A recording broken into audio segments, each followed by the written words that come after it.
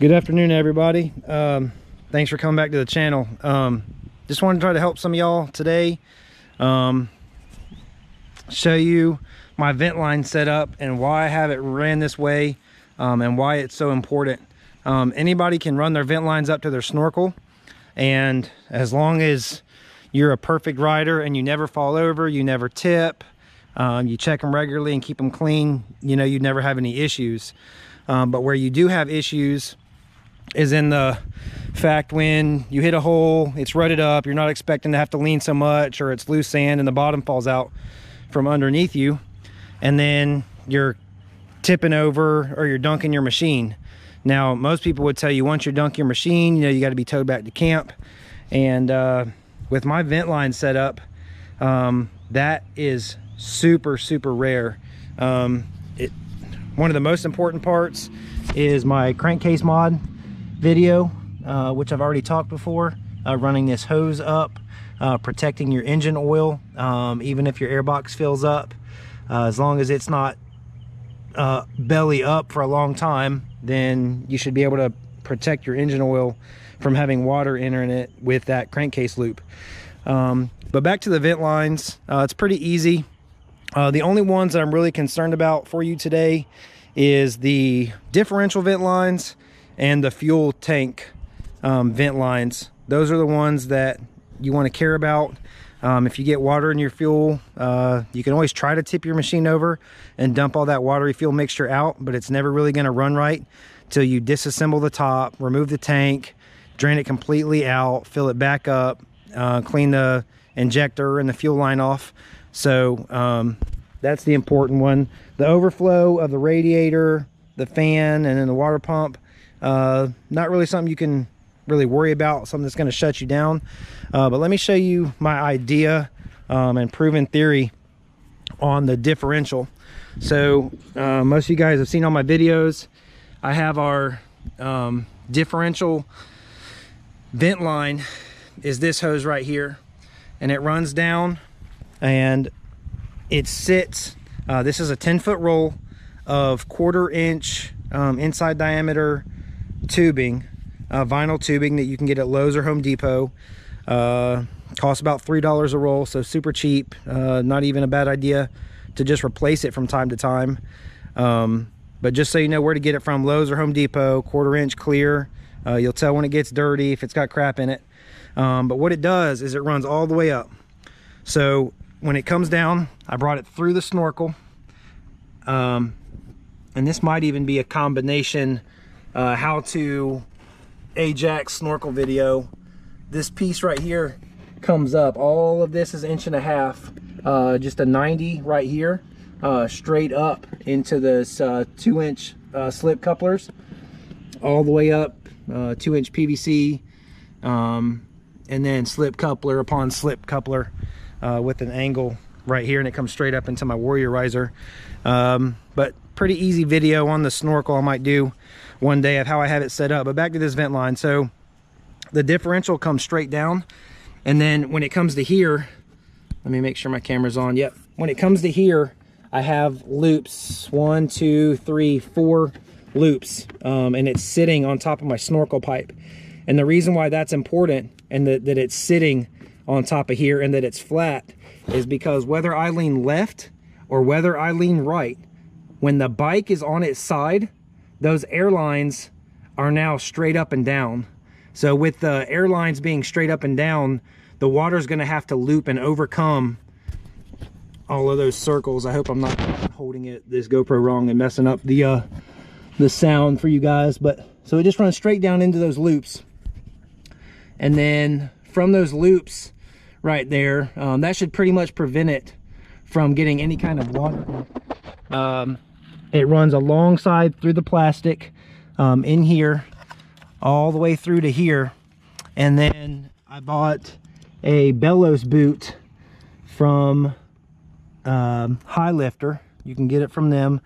Keeps positive pressure in your differentials to prevent water coming in. Very important. Supposed to help versus just doing a T setup without that. So what you'll see is this line here I brought up from my rear differential. It connects to the front differential right here, okay? So a T front to diff, connect your T front diff, rear diff, and then bring the T out line, short little piece, to another T. So the other T brings it to the bellows boot right here, and then on the other side is my actual breather line that runs straight up to the differential. Again, so like I said, bellows boot, it's gonna keep positive pressure in your differentials, prevent the axle seals from leaking and getting water in your diffs. It'll really help you keep water out and keep the air and the gear oil clean in by creating positive pressure. The other way, the one that's important, is your fuel tank vent line. It's right here. This is my fuel tank. So it does the same basic thing, but this is a one-to-one connection. So it just runs straight down. I run it through my black plastic right here, and then it comes and it connects right here on your fuel vent, which is really easy for me to pull out. So let me see if I can show you guys this on camera. I really don't want to have to do this video twice for you guys, but too many people don't have any sort of safety system set up for their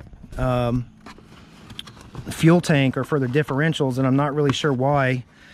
You know the type of environment that you're going to be riding in, and this really helps from you getting towed back to camp. So here it is. So it runs straight.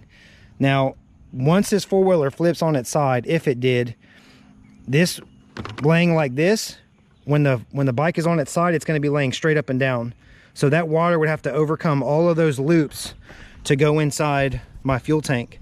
And pretty much, I mean, as long as you somewhat hold on to your machine, even if you dunk this snorkel under, due to these loops, if I ever did get water in it, and she falls over, or I'm riding it and I fall over, mine's the exact same way. It's super simple to pull this line out or pull it down further so that you can blow on it.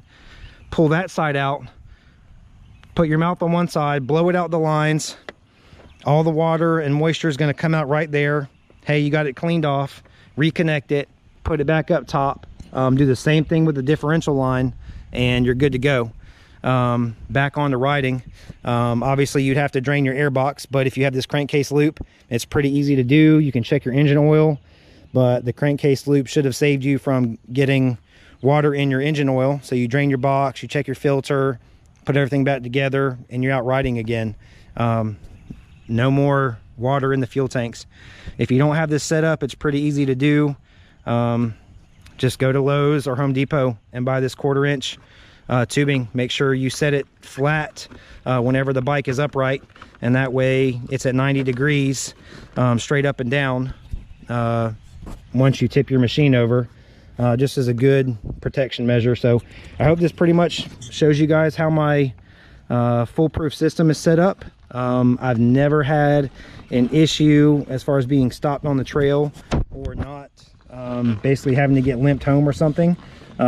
Since I've had this system installed, it took me a little bit to learn that, but once I figured it out, I tell people who get their vent lines done by other people or when they run it, that their machine is pretty much fine if they never fall over, but most people don't introduce this sort of safety protection system into their vent lines, and I think it's a really good idea. So I hope this helps you guys. If you have any other questions, I might have to try to do a repeat video, but this is how mine is set up. It's really easy to do.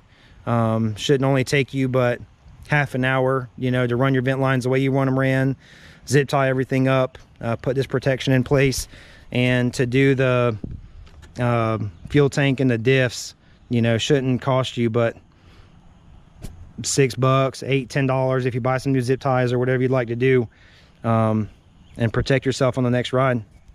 If you like this video, please like and subscribe, share the video to your friends, show them how to do this as well, just so that way when you guys are riding, that it doesn't happen to them too, and then now you're towing them back to camp because they done messed their four-wheeler up and didn't take the proper precautions, so it didn't happen to them. Hope you enjoyed this video, guys. Thank you.